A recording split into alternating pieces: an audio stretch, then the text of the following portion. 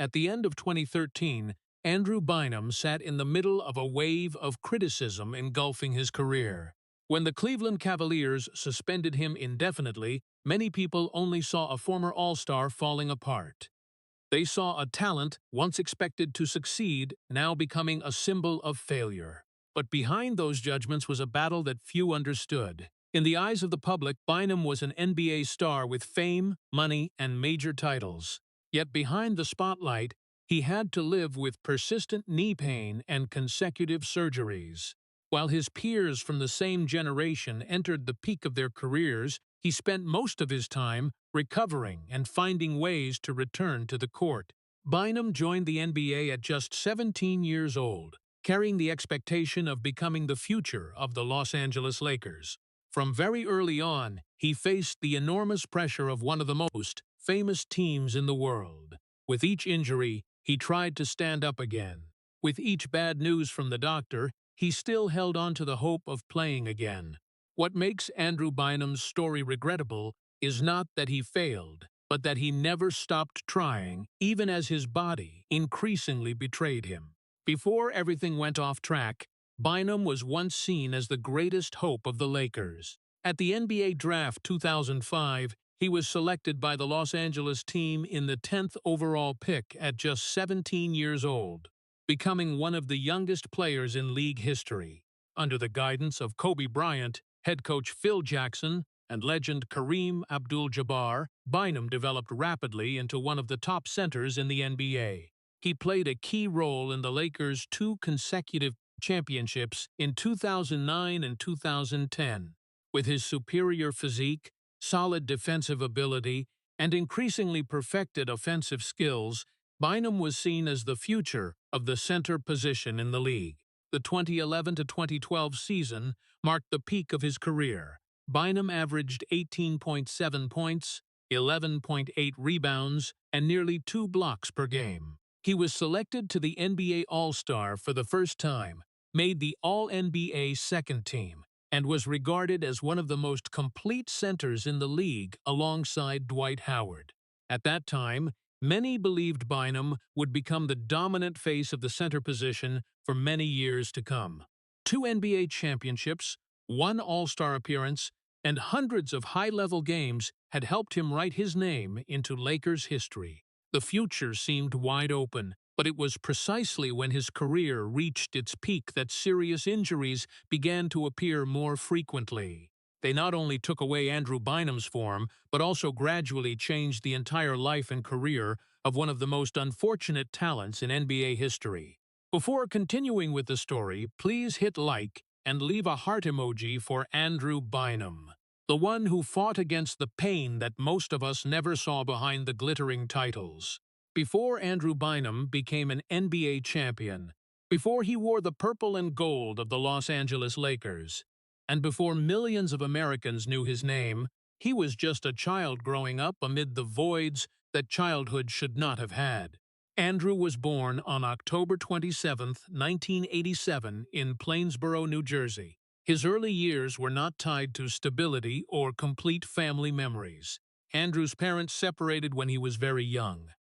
It was an event that many children have to go through, but for Andrew, it left a silent sense of deficiency that lasted for many years. While other children grew up with the full presence of both father and mother, Andrew gradually got used to life always having some void that could not be filled. The person by his side the most was his father, Ernest Bynum. He was not a famous person, not wealthy, and did not have special connections in the sports world. He was just a father trying to do everything he could so his son would have a better chance than the life he had experienced. It was Ernest who saw the potential in Andrew from very early on. But along with that belief were also the silent sacrifices that few knew about. He spent most of his time taking his son to basketball courts, youth tournaments, and long training sessions lasting hours. While many fathers could rest after work, Ernest continued to devote time to his son's dream. Andrew grew up with that love and dedication, but he also soon felt the invisible pressure gradually forming around him. From a young age, Andrew was different. When he entered his teenage years, He was taller than almost all his classmates. That difference made him the center of attention wherever he appeared. People did not see an ordinary child. They saw height. They saw potential. They saw a future that could bring millions of dollars. That was what often made Andrew feel lost. While his friends talked about video games, weekend parties, or summer vacation plans, he heard adults discussing his basketball future.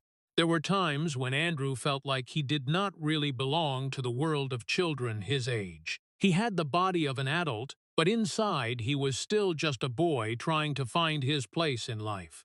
It was during those years that basketball became a refuge. On the court, everything was much simpler. No more questions about family. No more feelings of loneliness. No more thoughts about how different he was. When he held the ball in his hands, Andrew found the rare peace that life outside could not provide. Each training session was like a place for him to escape the instabilities existing around him. And the more he played, the clearer his talent became. Coaches began to notice. Scouts appeared more and more. Andrew's name gradually spread throughout New Jersey and then across the entire United States. But the sad thing was that, along with that talent, his childhood also began to disappear. While other children were still allowed to make mistakes, Andrew no longer had that privilege. While his peers were still enjoying carefree high school years, he had to live under the evaluating eyes of sports experts, major universities, and people who always wanted to know who he would become in the future. Every game carried pressure. Every time on the court was a test. People no longer looked at Andrew as a boy growing up. They looked at him as a future NBA project. The more famous he became, the farther the distance between Andrew and his childhood grew. Articles began to appear. Predictions about the NBA became more numerous. Prestigious universities lined up waiting for his signature. And while everyone was excited about the future opening up, very few realized that that boy had not yet truly matured. Andrew was still just a teenager trying to understand who he was. But the world did not give him much time to do that. The NBA dream was coming very fast. So fast that before he could enjoy the last years of his youth, Andrew Bynum was preparing to step into a world where every mistake was magnified, every pain was hidden, and every expectation could become a burden for a lifetime. The NBA dream was coming very fast, faster than anyone in Andrew Bynum's family had ever imagined. When he entered his final years of high school at St. Joseph High School in New Jersey, the boy who once felt lost among his friends had now become one of the most sought-after basketball talents in the United States. Top universities kept contacting him. Scouts appeared in nearly every game. Andrew's name began to appear on national youth talent rankings. With his superior height, innate defensive ability, and astonishing progress year after year, many believed his future was already set. Like most other young stars, Andrew had once committed to attending the University of Connecticut, a prestigious basketball program that had produced many NBA players. But as graduation approached, talks of skipping college appeared more often. People around him began to say that he was ready, that he did not need another year, that the NBA was waiting. It was not an easy decision for a 17-year-old guy. Most teenagers at that age were still thinking about school, friends, or plans for the future. Andrew instead faced a choice that could change his entire life. In the end, he decided to go straight into the NBA.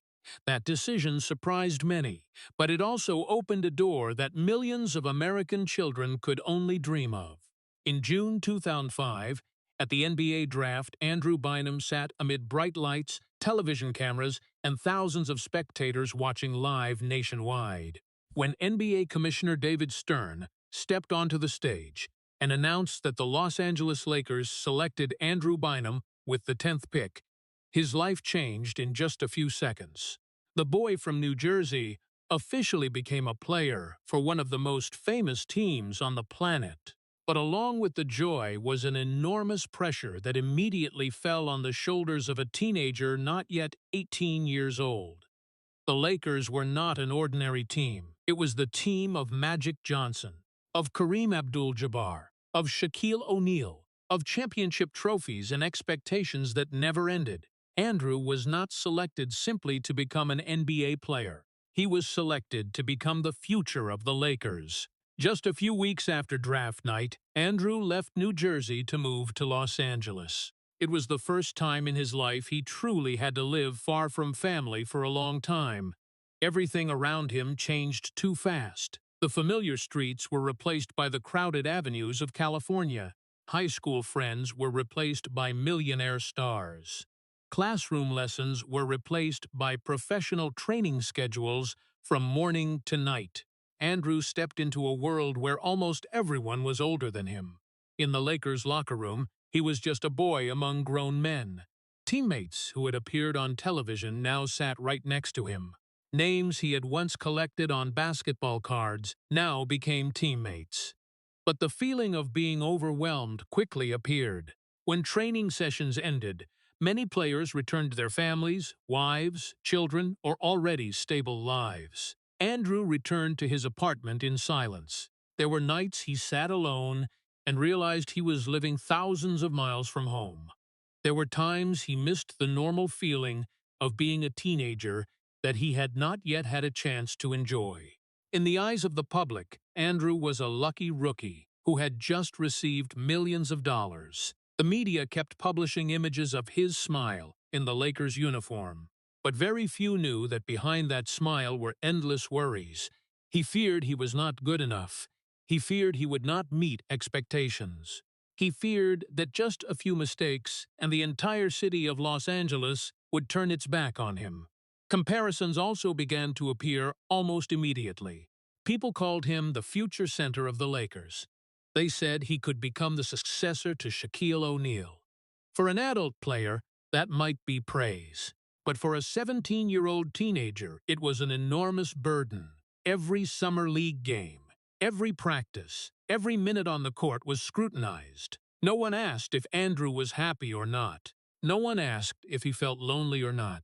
The only thing everyone wanted to know was when he would become the next star of the Lakers.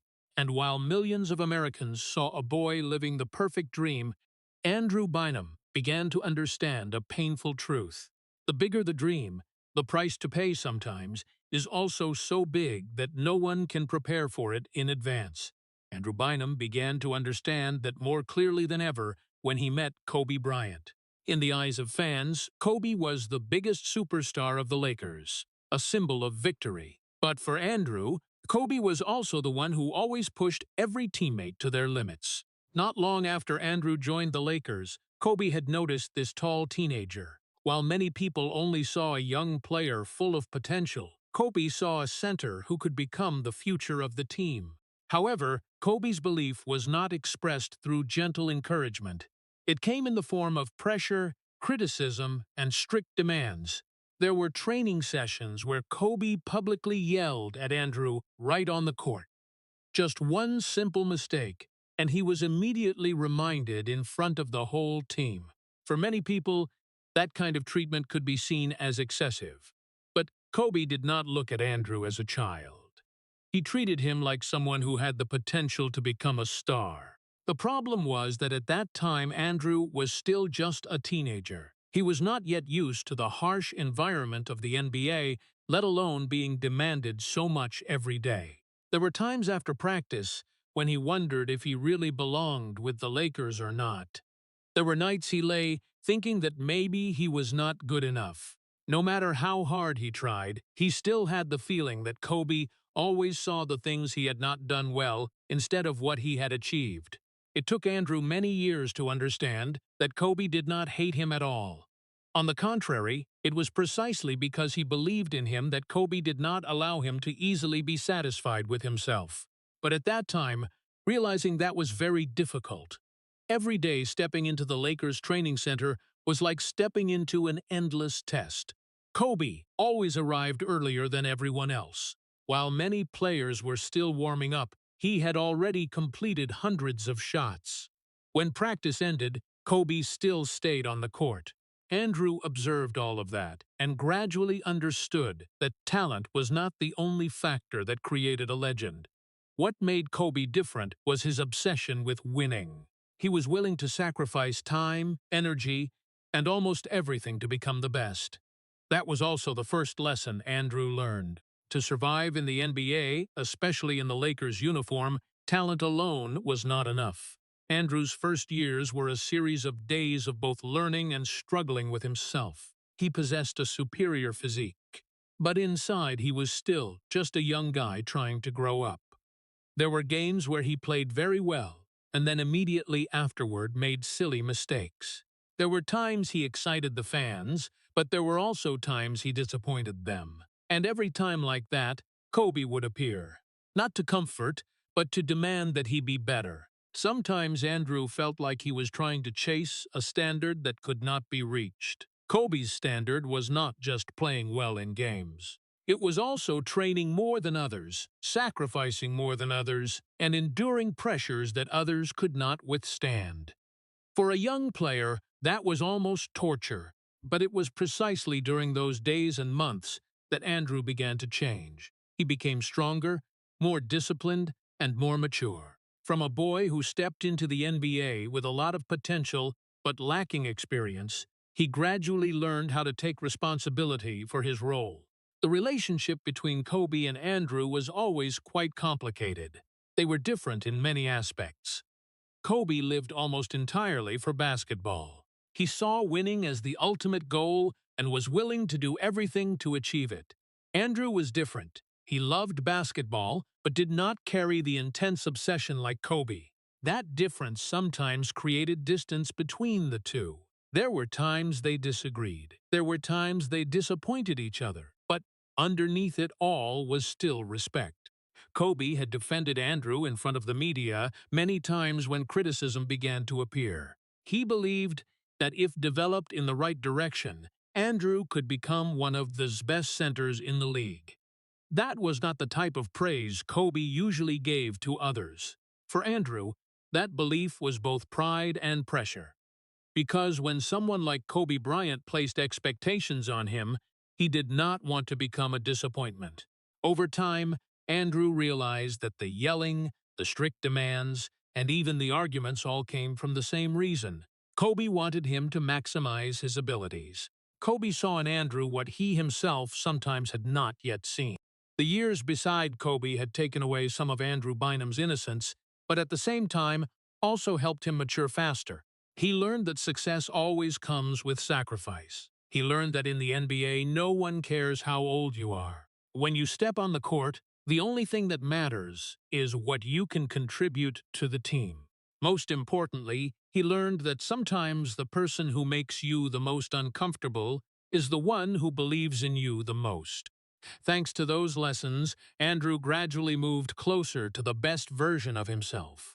But right when he began to assert his position with the Lakers, a new pressure even greater than everything he had experienced before was waiting ahead. The entire United States was about to start calling him by a name that no young player could easily carry on his shoulders, the successor to Shaquille O'Neal. For many NBA players, being compared to a legend is an honor, but for Andrew, that was more like a burden than a gift. Shaquille O'Neal was not just a star. He was one of the greatest centers in basketball history, the one who had helped the Lakers win 3 consecutive championships and become a symbol of an entire era. After Shaq left Los Angeles in 2004, the team left a huge void at the center position. When Andrew was selected by the Lakers 1 year later, many people believed that he was the one destined to fill that void. At first, the comparisons only appeared cautiously. Experts mentioned his height, wingspan, defensive ability, and development potential. But over time, those comments gradually turned into expectations. Every good game was seen as proof that the Lakers had found the next Shaq. On the other hand, every disappointing performance made people question whether he had what it took to carry that legacy or not. The notable thing was that at that time, Andrew was only a little over 18 years old. At an age when most American young men were still in college and discovering themselves, he had to live under standards created for legends. The pressure became even greater when the Lakers decided to invest heavily in his development. Not only did Kobe Bryant place faith in this young center. The team management also saw him as an important part of the future. Even one of the greatest centers in NBA history personally participated in his training process. That was Kareem Abdul-Jabbar, the one who had held the NBA's scoring record for many decades, the one who had won multiple championships with the Lakers, and also one of the greatest players of all time. Kareem began working directly with Andrew on the practice court. He guided him on every small detail in the low post area, from how to use his body, choose positions, to how to read situations and handle the ball. Kareem did not just teach skills. He also tried to pass on the mindset of a world-class center. For Andrew, that was an opportunity that very few young players got. But at the same time, it also created additional pressure. Each time stepping onto the practice court with Kareem, he felt he had to prove that the team had not placed their faith in the wrong place. He understood that not everyone had the opportunity to be directly guided by a legend. Therefore, he always tried harder to repay that expectation. There were days when everything went very well. Andrew progressed noticeably. His offensive moves became more perfected. His defensive ability became increasingly formidable. Experts began calling him the most promising young center in the league. But there were also days when he felt he was sinking under the weight of all those expectations. Because the more famous he became, Andrew increasingly realized that people no longer looked at him as an ordinary young guy anymore. They saw a Lakers project, an investment for the future, a promise for the next generation. Very few people saw the boy who had grown up in a broken family in New Jersey. Very few people remembered that he was still just a young man learning how to grow up. Each time on the court, he had to face top NBA stars. Each time appearing on national television, he was compared to legends from the past.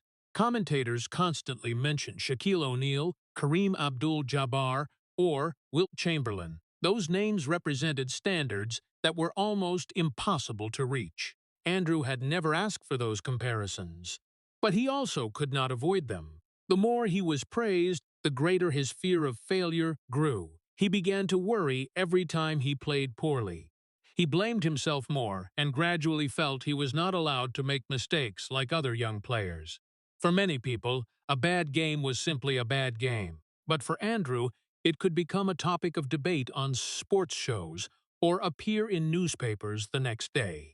There were times he looked in the mirror and wondered if he was really good enough or not, if he could become the person everyone expected or not, if he could become a worthy successor to Shaquille O'Neal or not.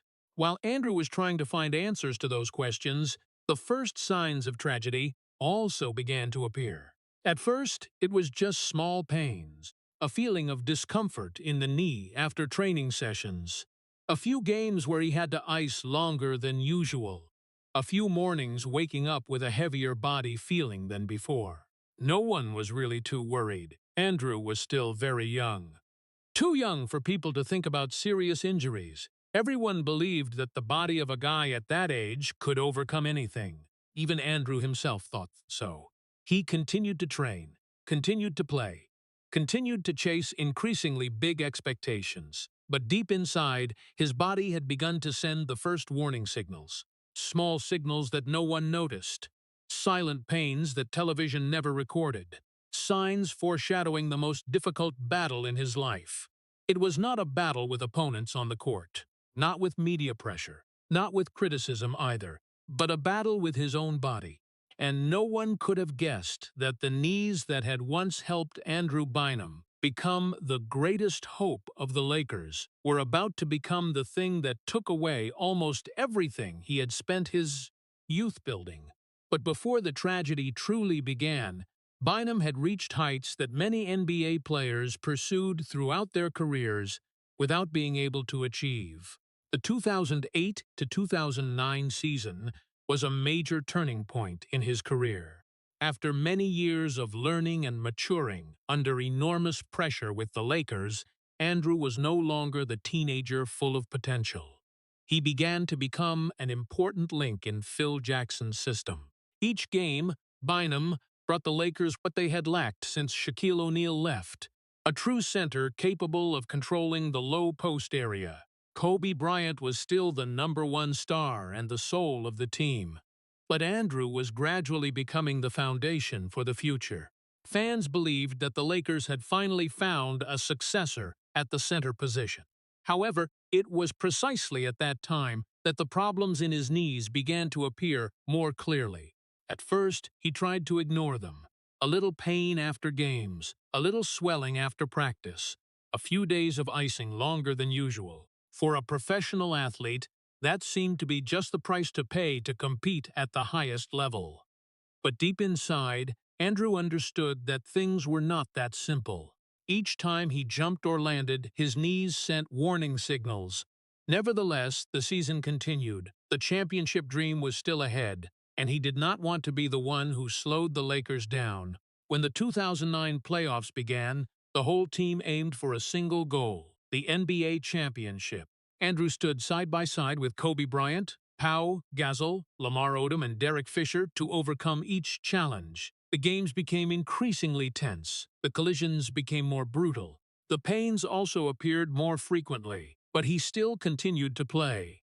At the age of 21, Bynum did not want to miss the opportunity that could change his entire life. In June 2009, the Lakers defeated the Orlando Magic to win the NBA championship. When the final whistle sounded, all of Los Angeles erupted in the joy of victory.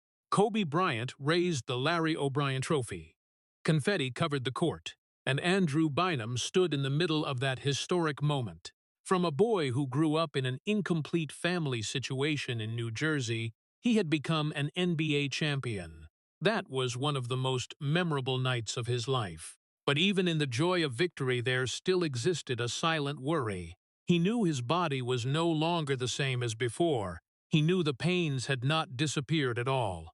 He understood that the summer ahead would not only be celebrations, but also medical checkups, long treatment and recovery sessions. Just a few months later, the cycle continued. The 2009 to 2010 season began. The Lakers wanted to defend their throne. Kobe Bryant wanted one more championship, and Andrew wanted to prove that he was worthy of all the expectations. But the price to pay grew bigger and bigger. His knees kept having problems. There were periods when he had to miss games. There were days when even walking normally became difficult. However, when the season entered its most important phase, Bynum still returned to the court. Very few people knew that he had to go through continuous treatment just to be able to play each night. Doctors and medical experts did everything to help him continue playing. Long physical therapy sessions, special recovery programs, pain relief injections, hours quietly behind the doors of the medical room. Fans only saw a center standing at 2 meters 13, battling fiercely under the basket. They did not see the pains he had to endure before each game. They did not see a player trying to convince his own body to continue fighting. When the Lakers advanced to the 2010 NBA Finals against the Boston Celtics, Andrew was almost playing more on willpower than physical strength. Boston was the biggest opponent, the toughest series, and also one of the most painful challenges of his career. Many times after landing, Bynum's face clearly showed pain. But he still stood up, still continued running, still continued fighting. Because this was the NBA Finals, and he understood that this opportunity did not always appear. After 7 tense games, the Lakers defeated the Celtics to win their second consecutive championship. Los Angeles was once again immersed in celebration. Kobe Bryant had his 5th championship ring of his career. The Lakers completed one of the most successful periods in the team's history. And Andrew Bynum, at the age of 22, already possessed 2 NBA championships.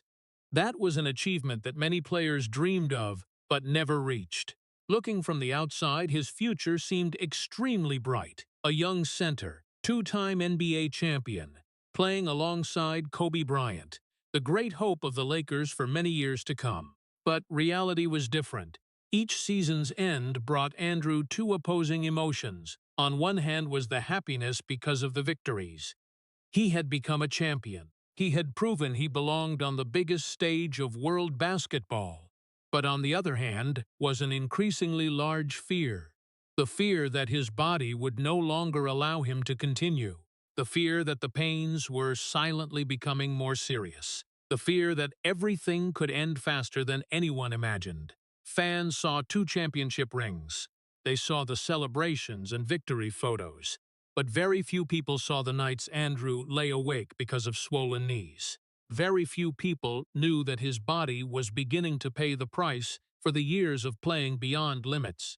At an age when most NBA players were just entering their strongest development phase, Andrew Bynum already carried alarming signs of wear.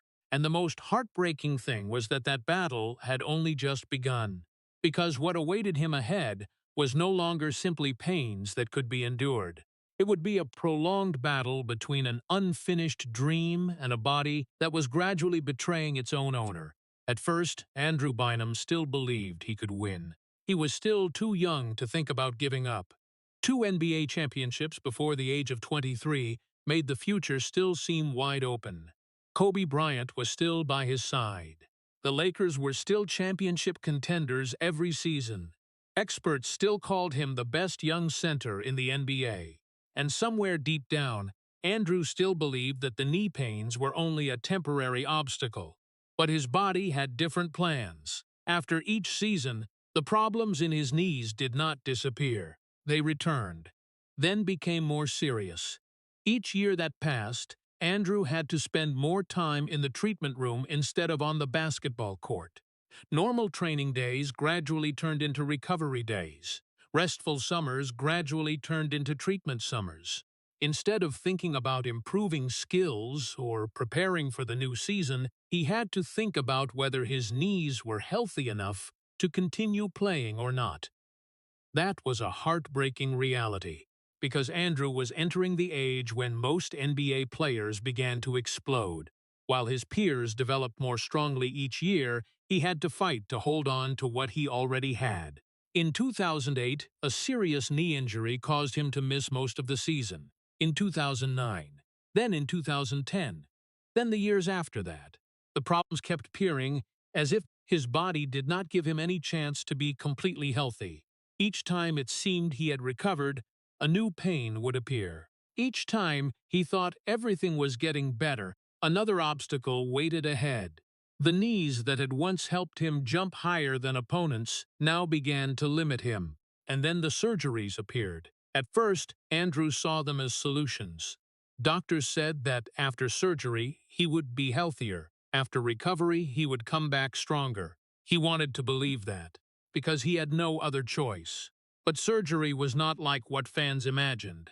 It was not one day in the hospital, and then everything returned to normal. It was months of pain, months of learning to walk again, months of learning to use his body from the beginning.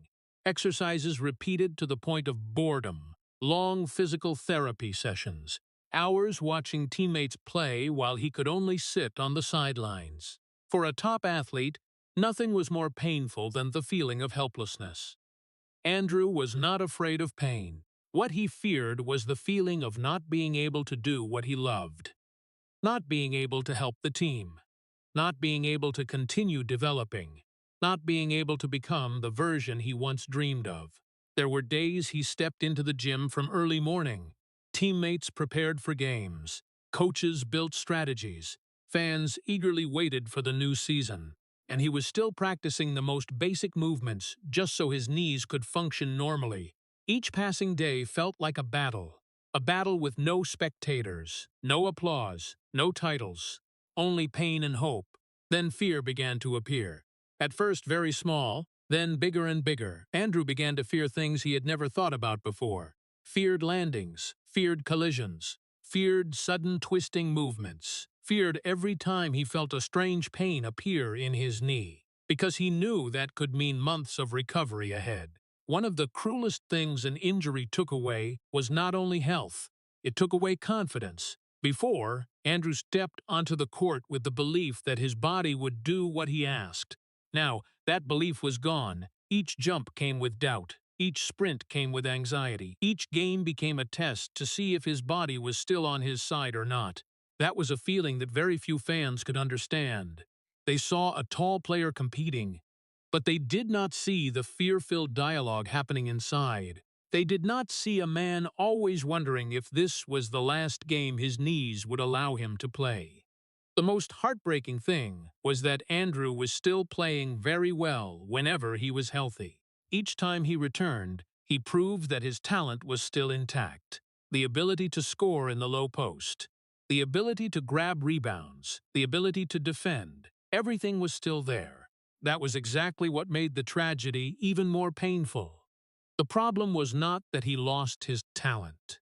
The problem was that his body no longer allowed him to use that talent fully. There were nights Andrew watched top NBA centers play and wondered how far he could go if he were healthy, if he could become the #1 center in the league or not, if he could win more championships with Kobe Bryant or not, if he could become a legend of the Lakers or not. Those questions had no answers, and there was no one who could answer them for him. Meanwhile, the media continued to talk about Andrew Bynum's potential. They still called him the future of the Lakers. They still saw him as one of the most fearsome centers in the NBA. But only Andrew knew that that future was gradually becoming more fragile day by day. The dream of becoming the #1 NBA center still existed, but for the first time in his life, he began to feel that that dream might not come true. And what was even more heartbreaking was that when Andrew began to doubt his own body, it was also the time he prepared to step into the best season of his career. The season that would take him to the peak he had pursued for many years. But it was also the last season before everything collapsed. But sometimes fate is cruel in the strangest way. Right when a person begins to believe that they have overcome the darkest times, life gives them the happiest moment only to prepare for the most painful fall afterward.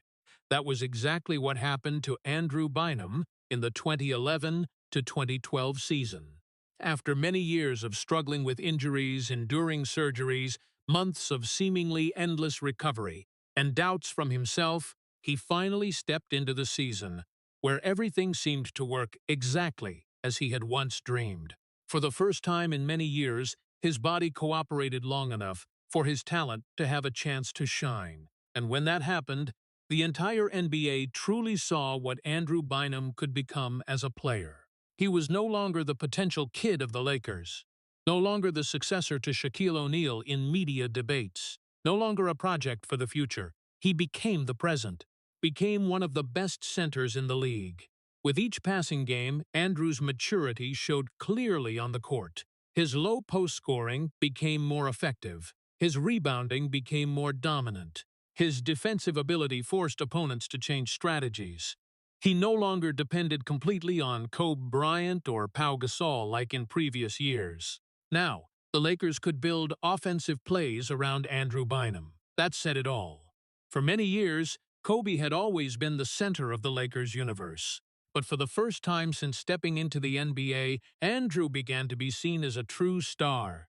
In January 2012, he had one of the most memorable performances of his career when he scored 42 points and grabbed 15 rebounds against the Los Angeles Clippers. That was not only the best game of his career at that point. That was a statement to the entire NBA that Andrew Bynum had arrived.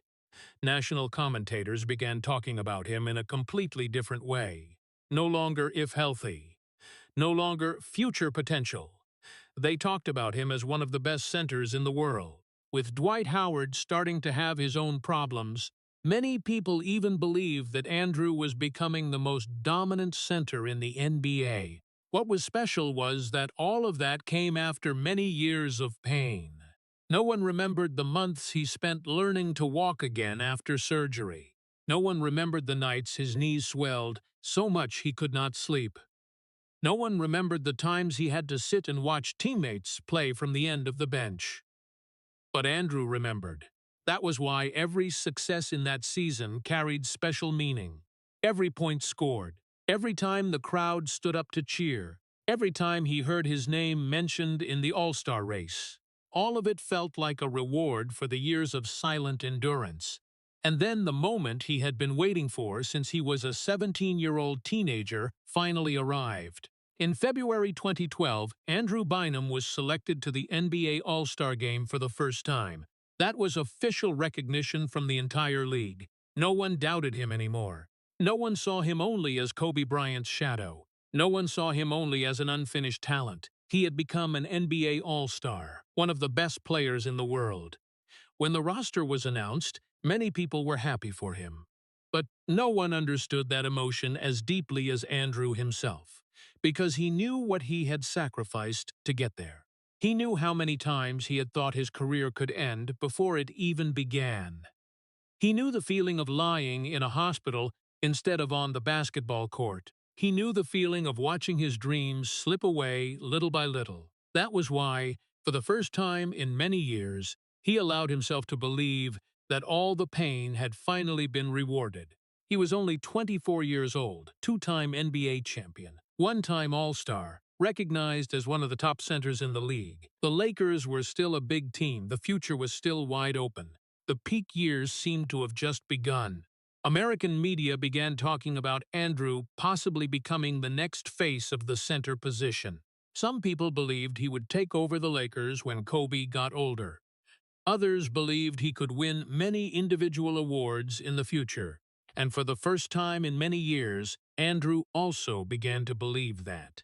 He began to believe that he had overcome the battle with injuries, believed that his body had finally given him the chance to live the life he had always wanted, believed that the worst times were behind him. But life sometimes does not destroy a person when they are at the bottom. It waits until they are at the highest peak. Waits until they begin to see the future. Waits until they believe they have finally found happiness. Then takes everything away. And the most heartbreaking thing was that Andrew Bynum had no idea that the best season of his life was also the last season he got to fully live his dream of becoming the #1 NBA center. The cheers of All-Star Weekend were still echoing. The praises still covered the newspapers. But somewhere, a decision was about to be made. A trade that could change the future of the entire league. And also the trade that would send Andrew's life in a completely different direction. In the summer of 2012, the news began to spread. Dwight Howard, the #1 center in the NBA at that time, wanted to leave the Orlando Magic. Almost every big team was interested. And the Lakers, as they had always done throughout their history, decided to pursue the biggest star possible. Andrew was not naive. He understood how the NBA worked. He understood this was a billion-dollar industry. He understood that players could be traded at any time. But understanding was one thing. Experience, it was another. For many years, he had given almost his entire youth to the Lakers. He joined the team at just 17 years old. He matured under the pressure of Los Angeles. He endured surgeries to help the team compete for championships. He fought alongside Kobe Bryant. He won 2 NBA championships in the purple and gold. He believed this was his home. Then in August 2012, everything ended. The Lakers decided to include Andrew Bynum in a blockbuster trade to get Dwight Howard. When the news was officially announced, the entire NBA was shocked. The media focused on the fact that the Lakers had just acquired the best center in the league. Fans debated the team's new championship chances. But amid those flashy headlines, there was one person quietly going through one of the most painful days of his life. Andrew Bynum did not just lose his team. He lost the place that had witnessed his entire growth process. Lost the place where he went from a teenager to a man. Lost the place that held the most beautiful memories of his career. For many years, he had gotten used to seeing the Lakers logo on his chest. Used to stepping onto the Staples Center court amid the cheers of tens of thousands of fans. Used to being called the future of the team. And now, all of that vanished after just one phone call. What made it even more painful was that he understood why the Lakers did it. Dwight Howard was healthier, more famous, seen as a bigger star. In the world of professional sports, teams always looked for the best chance to win. Andrew did not blame the Lakers, but that did not make his heart hurt any less. Some wounds do not come from betrayal. They come from realizing that sometimes love is not enough to keep everything in place. The final days in Los Angeles passed in an indescribable feeling. He had to say goodbye to staff members he had known for many years, had to move out of the place he once called home, had to leave the city that had witnessed almost his entire youth. And most heartbreaking was saying goodbye to Kobe Bryant. Their relationship had never been simple. There were times of tension. There were times of disagreement. There were times Kobe made Andrew feel he was never good enough. But over time, Andrew understood that Kobe was the person who contributed the most to making him the player he became. It was Kobe who pushed him to mature. It was Kobe who saw the potential that sometimes even he himself did not see. Now, that journey ended. There was no Hollywood movie, no long speech. Just two people who understood they would no longer wear the same uniform. When he left Los Angeles, Andrew carried many emotions: pain, regret, hurt. But alongside that, there was still hope. The Philadelphia 76ers were waiting for him. A new chapter was opening. For the first time in his career, he would no longer live in the shadow of Kobe Bryant, no longer have to share the stage with other superstars. This would be his team. Would be the chance for him to prove that the All-Star season was not a fluke. This would be the place where he rebuilt his future. The Philadelphia media welcomed him like a hero. Fans believed they had just acquired one of the best centers in the NBA. Andrew himself also wanted to believe that. He wanted to believe that all the pain had meaning, wanted to believe that the years fighting injuries would be rewarded with a new glorious chapter. But sometimes life does not take away a person's happiness in one moment. It takes it away little by little. And while Andrew was driving away from Los Angeles, with hope for a new beginning in Philadelphia, he had no idea that his last game in a Lakers uniform was actually the last time he got to feel like he was standing on top of the basketball world. Because ahead was not a revival. Ahead was the darkest chapter in his entire life. When the Philadelphia 76ers welcomed Andrew Bynum in the summer of 2012, everything was filled with hope. The management believed they had just acquired the best center the team had had in many decades. Fans rushed to buy jerseys with his name. Local media called it a trade that could change the fate of the entire organization. And Andrew also wanted to believe this was the new beginning he needed. After many years living under the spotlight of Kobe Bryant and the Lakers, he would finally have the chance to build his own story.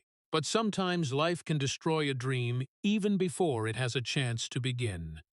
Just a few weeks after arriving in Philadelphia, the problems in his knees appeared again. At first, no one was too worried. Andrew had overcome many injuries before. Everyone believed this was just a small obstacle. But then the consecutive medical checkups brought increasingly worse news. The knee was not recovering as expected. Doctors required him to be more cautious. The time to return to the court was continuously delayed. From a few weeks to a few months. From a few months to indefinite. While Philadelphia fans eagerly waited for the debut of the new star, Andrew began a familiar battle that he was too tired to continue. The battle with his own body. The first days in Philadelphia should have been the most beautiful days. He should have been training with new teammates, should have been learning the new tactical system, should have been preparing for the new chapter of his career. Instead, he spent most of his time in the treatment room. From one hospital to another recovery center. From one checkup to another. Each morning when he woke up, the first thing he thought about was not basketball but his knee. Was it more painful than yesterday? Had it made any progress? Would it allow him to return to the court or not? Those questions repeated to the point of becoming an obsession. Then an incident happened that made everything more tragic. During a bowling session, Andrew injured his knee once again. The news immediately spread across the United States. Sports shows mocked him. Many people questioned his seriousness. Some even saw him as a symbol of irresponsibility, but very few people understood that behind those sensational headlines was a person desperately trying to live a normal life while waiting for his body to recover. Andrew did not want to become the center of criticism. He just wanted to play basketball again. But the media did not care about that. The more time passed without him playing, the greater the pressure. Philadelphia fans began to lose patience. They did not see the long hours of physical therapy. They did not see the pain every morning. They did not see the sleepless nights from worry. They only saw a player receiving a huge salary but not playing, and the disappointment gradually turned into anger. Throughout the 2012 to 2013 season, Andrew Bynum did not play even one game for the Philadelphia 76ers. Not a single minute. Not once stepping onto the court in the uniform of the team that had bet its future on him. That became one of the most heartbreaking stories in the NBA that year. For fans, it was a disappointment. For management, it was a disaster. But for Andrew, it was a nightmare. For the first time in his life, he felt he no longer controlled anything. Before, whenever he faced difficulties, he could train harder, play with more determination, try harder. But this time, effort no longer seemed enough. He could spend hours in the recovery room, could do everything the doctors required, could fight with all the willpower he had. But his knees still would not listen. His body still would not recover. And the dream continued to slip further out of reach. There were days he sat alone, watching NBA games on television, watching the top centers in the league play, watching people who were once his opponents continue to develop. And, for the first time, a terrifying thought appeared in his head. What would happen if he never came back as before? What would happen if the All-Star season was the only peak of his life? What would happen if everything had ended at the age of 25? Those were questions Andrew had never wanted to face. But now he could no longer avoid them, because for the first time since holding a basketball, he began to confront the possibility that his life could exist without basketball. And for a person who had spent almost his entire youth pursuing the NBA dream, there was no greater fear than that. When the season ended, Philadelphia decided not to continue betting their future on him anymore. 1 year earlier, he was an all-star and one of the best centers in the world. 1 year later, he became the biggest question mark in the NBA. And the heartbreaking thing was that the worst days were still not over. Because ahead for Andrew Bynum was no longer the battle to become the #1 NBA center. It would be the battle to save his own crumbling career. But what Andrew did not expect was that when his body began to betray him, the entire United States was also about to turn its back on him. In professional sports, fans can forgive failure. They can forgive bad games. They can even forgive injuries. But what they find very hard to accept is the feeling that an athlete is no longer trying.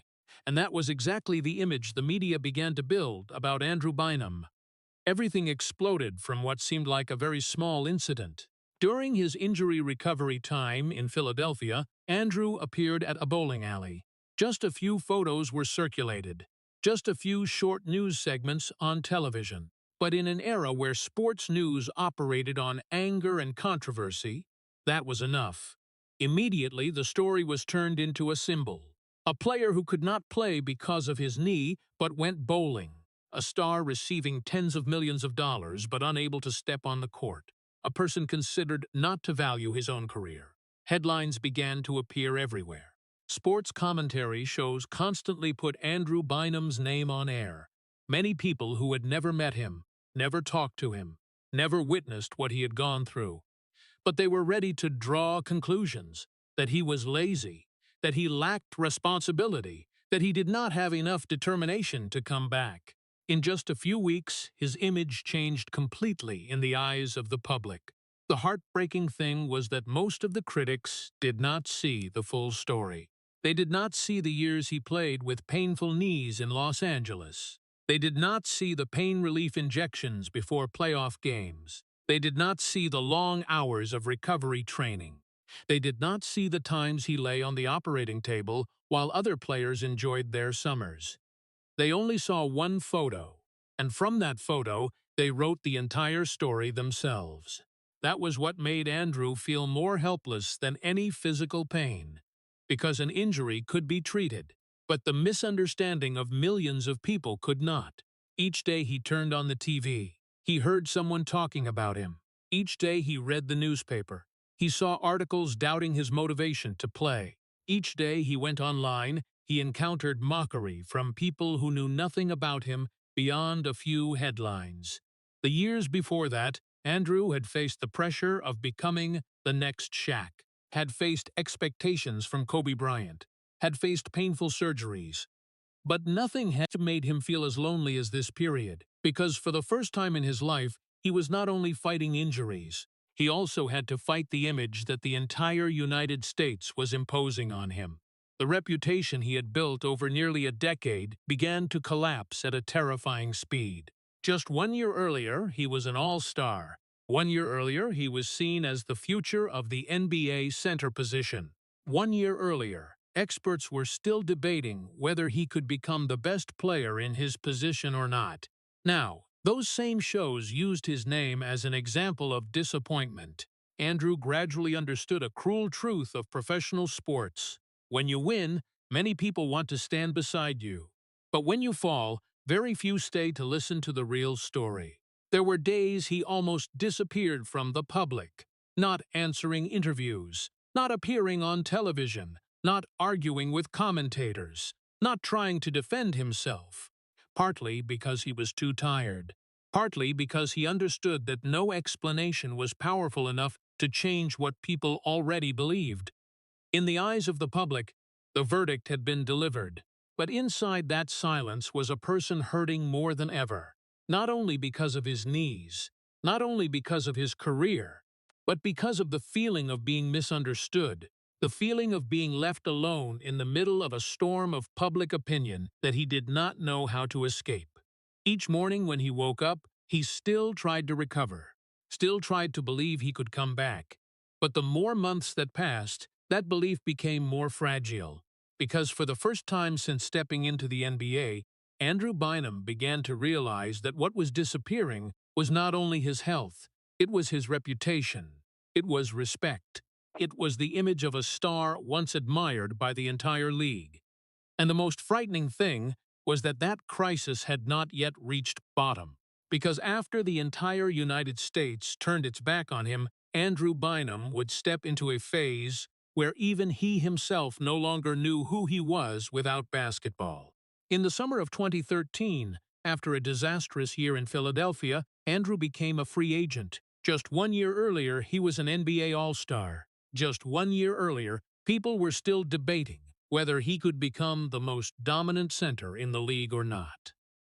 Now, the question was completely different, whether he could even play anymore or not.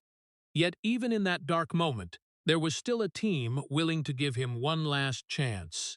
The Cleveland Cavaliers, they saw what Andrew once was. They remembered the player who had won 2 NBA championships. They remembered the center who had once averaged more than 18 points and nearly 12 rebounds per game in the All-Star season. They believed that if his body recovered, they could own one of the biggest talents in the NBA at a much lower price than his true value. And for Andrew, Cleveland was like the last lifebuoy. This was not just a contract. This was the last chance to save his career, the last chance to prove that he was not finished, the last chance to prove to the entire United States that what happened in Philadelphia was not the whole story. When he signed with the Cavaliers, he truly wanted to come back.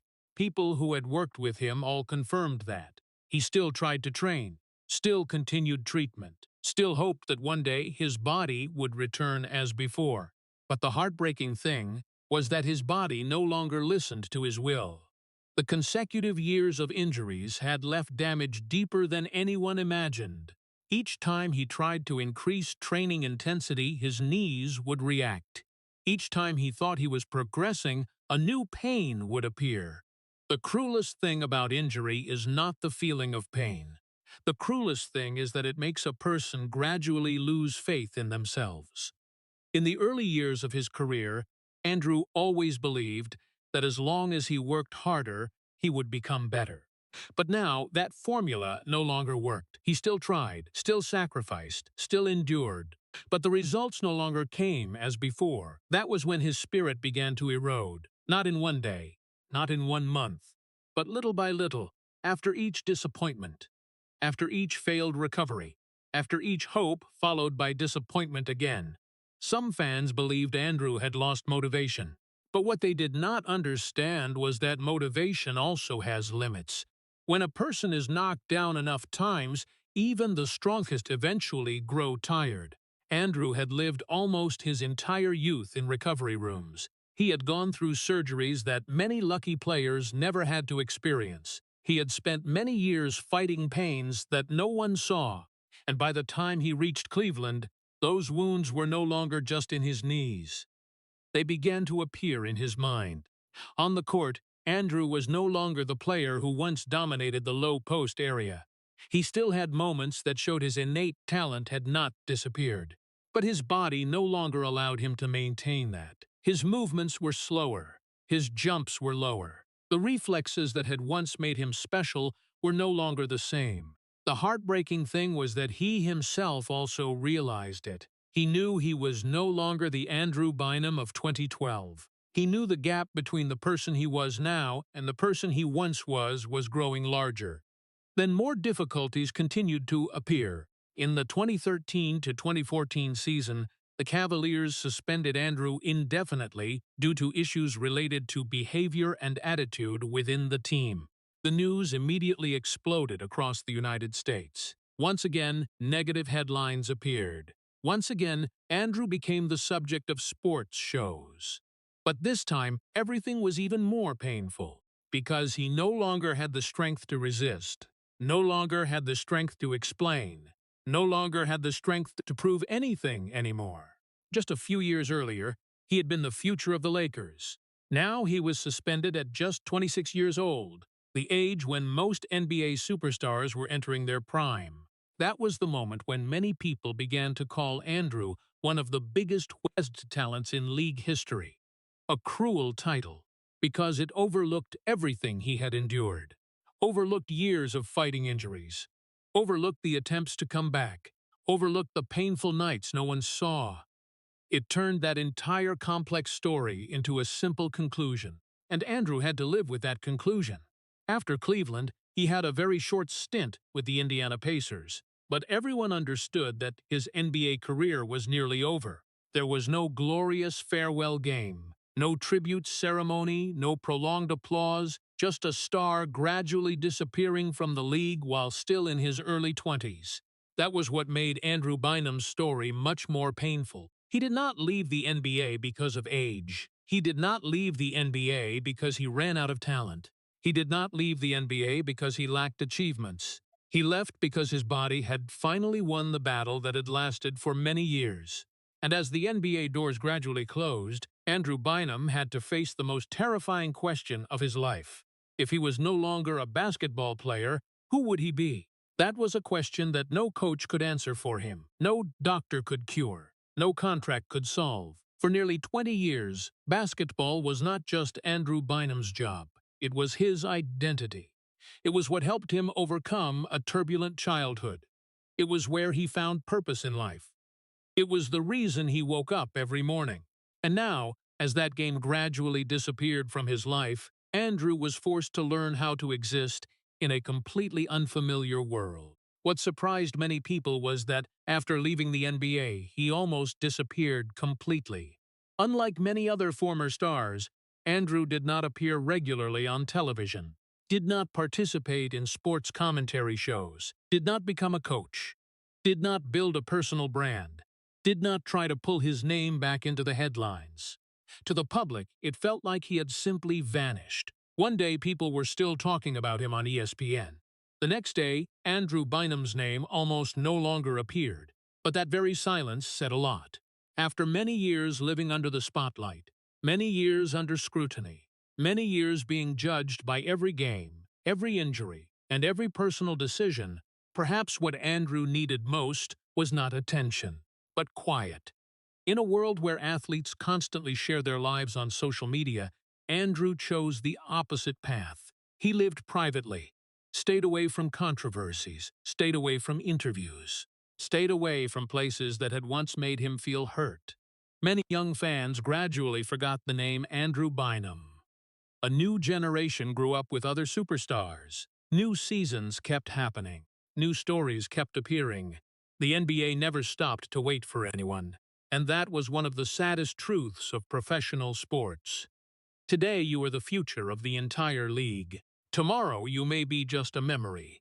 For Andrew, the process of adapting to his new life was not easy. For many years, his entire life schedule had been dictated by basketball. Seasons, training camps, road trips, practices, recovery programs. Then one day it all disappeared. No more locker rooms. No more sound of shoes squeaking on the wooden floor. No more thousands of fans cheering every time he scored. Only silence, and sometimes silence is even more frightening than noise. Some former athletes have admitted that the hardest thing after retirement is not losing money or fame, but losing the feeling of belonging to something bigger. Andrew seemed to have to go through that journey as well, a long journey to learn how to accept that life continues even when the biggest dream has ended. Solitude became a familiar companion, not because he was completely alone, but because very few people truly understood the feeling of someone who had once stood at the peak and then had to leave while still in his early 20s.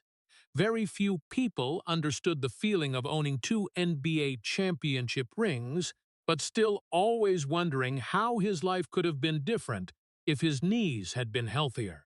Very few people understood the feeling of watching peers from the same generation continue playing for another 10 years while he had to stop very early. But over time, the wounds began to change shape. They did not disappear completely, but they were no longer as sharp as before. The painful memories gradually became a part of his life story instead of something that haunted him every day. Andrew began to learn how to live without needing to prove anything to anyone, without needing to prove to the media that he had once been serious, without needing to prove to fans that he had tried his best, without needing to prove to the world that he could have become a legend if not for the injuries. Because, after all, only he knew how many years he had fought. Only he knew what he had sacrificed. And perhaps that was the most difficult maturity in Andrew Bynum's life. Not learning how to win, not learning how to become a star, but learning how to accept the things he could not change, accepting that some dreams would remain unfinished, accepting that not every story has a perfect ending, accepting that a person's value does not lie only in what they achieve on the basketball court. But no matter how hard Andrew tried to live far from basketball, there was one question that always existed in the minds of those who had followed him for many years. Was Andrew Bynum's story really the story of a failed talent? Or had the entire United States misunderstood him from the beginning? Perhaps to answer that question, people have to look at Andrew's life in a different way. Not through statistics, not through the number of games missed, not through the way his career ended, but through two completely different lives that he lived simultaneously for nearly 20 years. On the outside, Andrew Bynum was the dream of millions of American children. He was selected by the Los Angeles Lakers at just 17 years old. He played basketball alongside Kobe Bryant. He won 2 NBA championships before the age of 23. He became an all-star. He was seen as the future of one of the greatest sports brands in America. From the outside looking in, that was the life of a winner. A person destined for greatness. A person who possessed everything most players only dared to dream of. But inside that spotlight was a completely different life. A life that the public had almost never seen. While fans saw championship rings, Andrew saw treatment rooms. While the media saw a rising star, he saw frightening MRI results. While the crowd cheered for powerful dunks, he knew every landing could bring a new pain. That was the second life he had lived for many years. A life of pain, anxiety, and fear. Perhaps the most heartbreaking thing was that fear appeared very early. While most players began to think about the long-term future, Andrew had to think about his knees. While many of his peers focused on developing skills, he had to spend hours every day on recovery programs. While fans discussed his unlimited potential, he himself quietly wondered how much longer his body could endure. On the outside, he was the future of the Lakers. On the inside, he lived with the fear that that future could disappear at any moment. That was what made Andrew's journey different from many other stars. Many people fail because of lack of talent. Many people fail because of wrong decisions.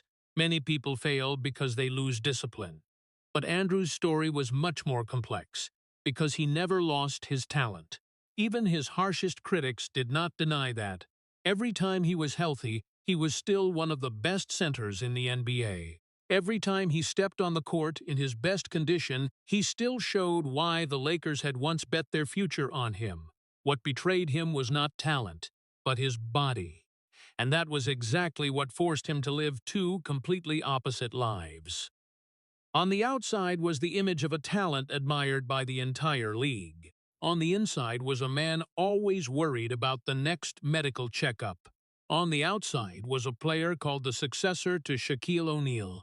On the inside was a young guy unsure if he could play a full season again or not. On the outside was an NBA champion. On the inside was a patient who lived with doctors almost as much as with teammates. Then, when everything collapsed, the difference between those two lives became even clearer. On the outside, the public saw a player called a wasted talent, a star who did not reach his expected potential, a name associated with controversy and disappointment. But on the inside, he was still the man who had fought for many years to continue doing what he loved. Still the person who had gone through countless recovery sessions. Still the person who had stepped onto the court in pain that most fans never knew about. Still the person who had tried to come back again and again, even as the chances of success grew smaller. There are stories in sports that are told too simply. People look at the final result and then pass judgment. But Andrew's life could not be understood that way, because between the outside image and the inside reality there was always a very large gap. That gap was created by the sacrifices the public had never seen, the painful nights that cameras did not record, the long hours of recovery that the press did not report, the silent disappointments that no one witnessed. That was why, when looking back at Andrew Bynum's entire journey, the question was no longer why he failed. The real question was how long he had endured before everything exceeded the limits of an ordinary person. And when looking at his life from that perspective, Andrew Bynum's story no longer resembled the story of a wasted talent. It began to resemble the story of a person who had fought much longer than the world had ever known. But the most heartbreaking thing in that entire journey was still ahead. Because there was a truth that even the fans who had loved Andrew the most had to admit. That was what made his story one of the greatest regrets in NBA history. When looking back at Andrew Bynum's life from the beginning until the day he left the league, people were almost looking at two different stories coexisting in one person. One story told of success that millions dreamed of. Another story told of what could have happened but never had the chance to become reality. The boy who grew up in New Jersey with a childhood full of voids had stepped into the NBA at just 17 years old. That teenager was selected by the Los Angeles Lakers, the most storied team in America. He was coached by Phil Jackson, taught by Kareem Abdul-Jabbar, and matured under the harsh guidance of Kobe Bryant. That alone was a dream that most basketball players never got. But Andrew did not stop at just making it to the NBA. He truly succeeded. Before the age of 25, he had achieved things that many stars had to spend their entire careers pursuing. 2 NBA championships in 2009 and 2010, 1 selection to the NBA All-Star, 1 appearance on the All-NBA second team, thousands of points scored in the toughest league on the planet, hundreds of games in the Lakers uniform. Millions of fans across America knew his name. If looking only at that resume, Andrew Bynum had a proud career. A career that many professional players would be willing to trade everything for. But what made his story special did not lie in what he had achieved. It lay in what he never had the chance to achieve. That was the most heartbreaking part. When Andrew was selected to the All-Star game in 2012, he was only 24 years old. For an NBA center, that was usually just the beginning of the prime years. Shaquille O'Neal dominated the league after the age of 24. Hakeem Olajuwon dominated after the age of 24. David Robinson, Patrick Ewing, and many other legends all achieved their greatest accomplishments when entering their late 20s. Andrew never had that chance. While many stars began writing the most glorious chapters of their lives at the age of 26, 27, or 28, his career nearly ended at that age. That was what made his story different from ordinary failures. Andrew did not disappear because of lack of talent, did not disappear because of lack of achievements, did not disappear because he was not good enough. On the contrary, he disappeared while his talent was still there, while his potential was still there, while many people still believed he could become the #1 NBA center if healthy. And that was exactly what created the regret that lasted for many years after he left the league. Even today, many Lakers fans still wonder what would have happened if Andrew Bynum's knees had not betrayed him. Would the Lakers have won more championships? Would Kobe Bryant have ended his career with more titles? Would Andrew have become a Hall of Famer in the future? Would he have been mentioned alongside the greatest centers of his generation? No one could know. And perhaps that was the most painful part of the entire story. Not what did happen, but what never had the chance to happen. However, if only looking at Andrew Bynum through the lens of regret, then perhaps we would still not have been truly fair to him. Because beside the unfinished dreams, there was another truth worth remembering. Andrew had fought. He fought longer than many people thought. He came back from injuries again and again. He endured consecutive surgeries. He played in pain to help the Lakers win championships.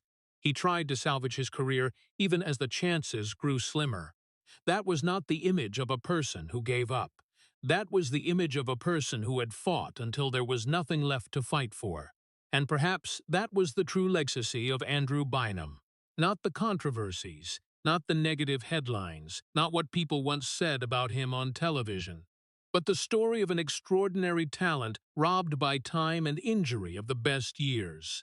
A person who reached the peak very early, but also had to leave it very early. A person who made the entire United States regret not because of what he did wrong, but because of what he could have become. Today, when mentioning Andrew Bynum, people may remember many different things. A two-time NBA champion, an all-star, a center once seen as the future of the Lakers. But above all, he remains a deeply moving reminder that in sports as in life, talent is not always enough to overcome fate. And that is why Andrew Bynum will forever be one of the saddest, most regrettable, but also most deserving of sympathy stories in American basketball history. The story of Andrew Bynum leaves a very special sad feeling, because this is not the tragedy of a person lacking talent or giving up too soon, but the tragedy of a person who reached the peak when his age was still very young, but never had the chance to explore the true limits of himself. When looking back at the journey from the boy who grew up in a broken family in New Jersey to a two-time NBA champion and all-star at the age of 24, we cannot help but feel heartbroken over what he had to sacrifice. In this story, the detail that hurts me the most is not the day the Cleveland Cavaliers suspended him, not the mockery on television, or the image of him being criticized by the entire United States after the bowling incident. The most heartbreaking thing is that Andrew had to live for many years in the fear that his body would betray him at any moment.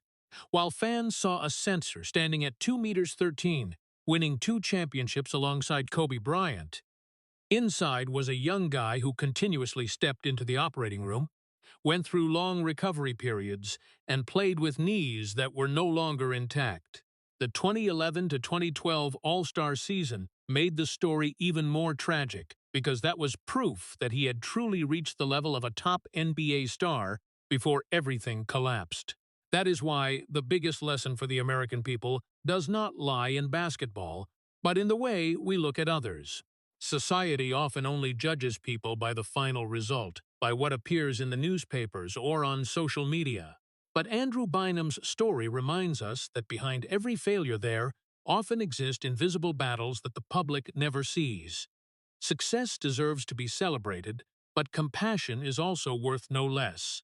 And perhaps Andrew Bynum deserves to be remembered not as a wasted talent, but as a person who fought resiliently against fate until there was nothing left to fight for anymore. If Andrew Bynum's story has touched your heart, please hit like, subscribe to the channel, and leave a heart emoji as a token of gratitude for the man who fought against the pains that most of the world has never seen. Thank you for accompanying us to the end of this regretful, but also full of resilience journey. And see you again in the next video with another story about sports legends who had to pay a very high price for their dreams.